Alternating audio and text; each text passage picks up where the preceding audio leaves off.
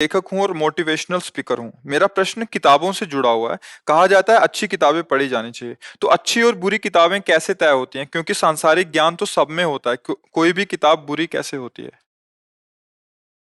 उसका विवेक के द्वारा निर्णय किया जा सकता है, बुद्धि के द्वारा नहीं। बुद्धि सब में है, पर विवेक जो सत्य और असत दोनों का निर्णय कर सकता है, उसका नाम विवेक होता है।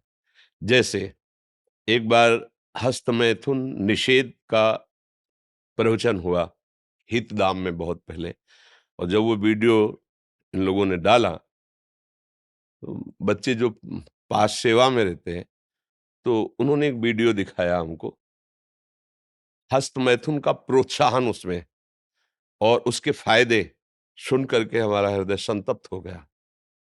वो कोई बोल ही तो रहा था, नई पीढ़ी पर क्या प्रभाव पड़ेगा इसका? कि वो हम अंग्रेजी तो पढ़े नहीं है, फ्रस्ट्रेशन क्या कहते हैं? फ्रस्ट्रेशन। है? हाँ, जब वो हो तब ऐसा कर ले तो उससे शांति होती है और नया खून बनता है। ऐसा मतलब इतने गुण बताए गए, मूर्खता के सिवा और क्या हो सकता है? इसे क्या कहा जा सकता है?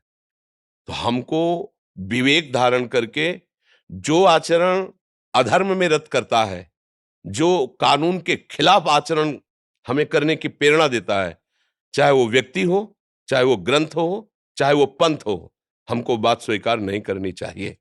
संयम से हम पवित्र होते हैं, और जब हमारी इंद्रियां खुली हैं तो हम इतने नीच हो जाते हैं कि जिनके चरण छूना चाहिए उन पर भी हमारी गंदी दृष्टि हो जाती है।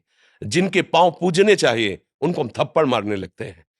हमको ऐसे वाणी नहीं पढ़नी चाहिए, ऐसी किताबें नहीं पढ़नी चाहिए जिससे हमारे मनुष्य भाव का नाश हो जाए, दैवी भाव का नाश हो जाए और हम राक्षसी भाव से युक्त हो जाए।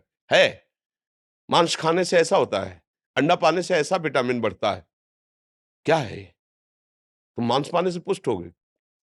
आप थोड़े दिन ब्रह्मचर्य रह के देखिए, आग पैदा हो जाएगी आपके शरीर में, आपकी दृष्टि में शासन पैदा हो जाएगा।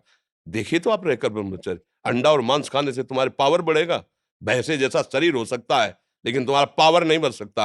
आप अध्यात्म में चलिए, देखिए ऊर्जा शक्ति कैसी बढ़ती है। आपको बार बार भोग करना, मैथुन करना, इससे जो आपकी हानि होगी उसको आप नहीं सोच रहे। आप 10 वर्ष ब्रह्मचर्य रहिए, फिर पत्नी में भाव करके और आरोपित कीजिए वीर, और संतान की भावना कीजिए। अगर देशभक्त और भगवत भक्त ना पैदा हो तो हमसे बताना, क्योंकि तुम्हारे ब्रह्मचर्य में पावर है जो हमें विवेकहीन बना दे, भ्रष्ट आचरण बना दे। थोड़ी सी शराब पी लीजिए, आप मस्त हो जाएंगे। हमें यह बात स्वीकार करनी है।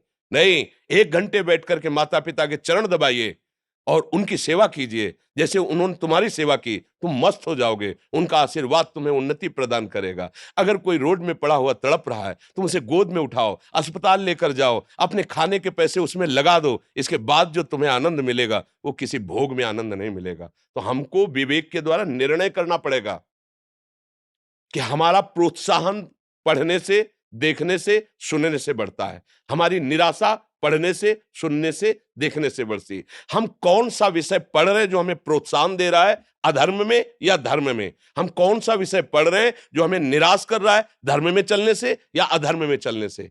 अगर इसका ठीक निर्णय है तो वो विवेकवान पुरुष उस वाणी के लाभ को अपने जीवन में उतार कर वो महान बन सकता है। और अगर नहीं, तो हमने खुद उस विषय को जब सुना तो आग लग गई कि जब ऐसा प्रोत्साहन अमुक अमुक पदवी वाले लोग देंगे तो हमारे आगे की जनरेशन का होगा क्या? क्योंकि वैसे ही मन परेशान कर रहा है और आपने और सपोर्ट कर दिया तो दिन में 8-8 बार हस्तमैथुन करने वाले बच्चे मिले जिनकी हालत ये कि खड़े होने की नहीं रह गई। अवस्था है 18 की और हालत ये है कि नेत्रों में दिखाई नहीं देने लगा, खड़े होने पर चक्कर आ रहा है और 8 बार हस्तमैथुन करते हुए अपने को रोक नहीं सके। हमसे संभाषण किया, क्या आदत बिगड़ गई? क्या हुआ पढ़ने से और सुनने से? तो मुझे वो पढ़ना चाहिए, वो सुनना चाहिए जिससे हम धर्म से चलें। भोगों में प्रियता बढ़ गई। दूसरी माताओं बहनों को, अपनी माताओं बहनों को कैसे तुम देखते हो और दूसरी माताओं बहनों को कैसे देखते हो? उनके साथ कैसा व्यवहार होता है? सुनने पर आग लगती कि राक्षस है या मनुष्य है? मनुष्य है, मनुष्य रूपेण ये राक्षस हैं, कोई और नहीं। कैसे बन गए राक्षस? देखने से, पढ़ने से, सुनने से।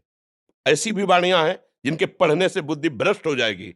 ऐसे भी उपदेश हैं जिनके पढ़ने से भ्रष्ट हो जाओगे। तो विवेक की आवश्यकता है कि जिससे हमारी आत्मोन्नति हो, उत्साहवर्धन हो।